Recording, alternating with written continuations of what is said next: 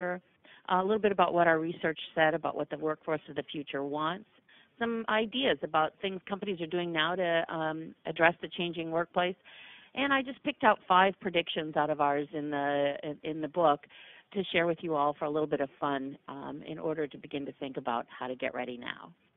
So just to give you a background on the research, we surveyed over 2,200 people around the world. We used the same research company as the Conference Board.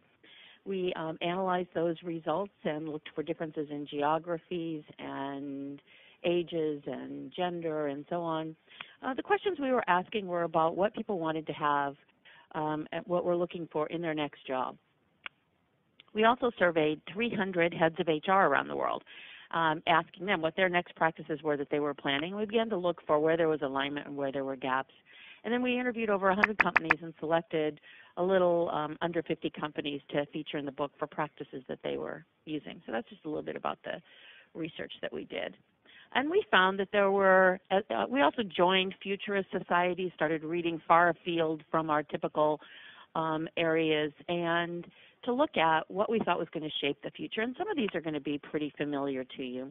If you've read Thomas Friedman's The World is Flat, you're very familiar with the effects of globalization on business and the degree to which that's going to mean we are working for companies that are based elsewhere, finding talent elsewhere, and where companies based in countries outside the U.S. are going to be looking for talent anywhere in the world that they can find it.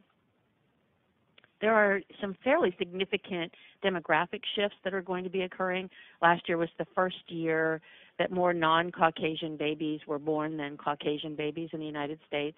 So if you project that workforce out 20 years, you can begin to